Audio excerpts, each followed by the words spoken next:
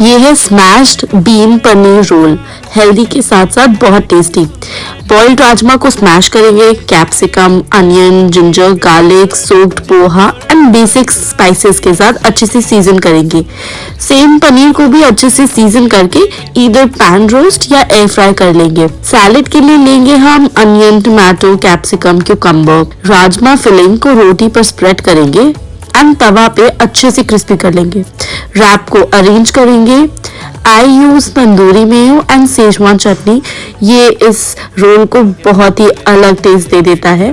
Perfect for quick lunch box, gym snack या evening cravings.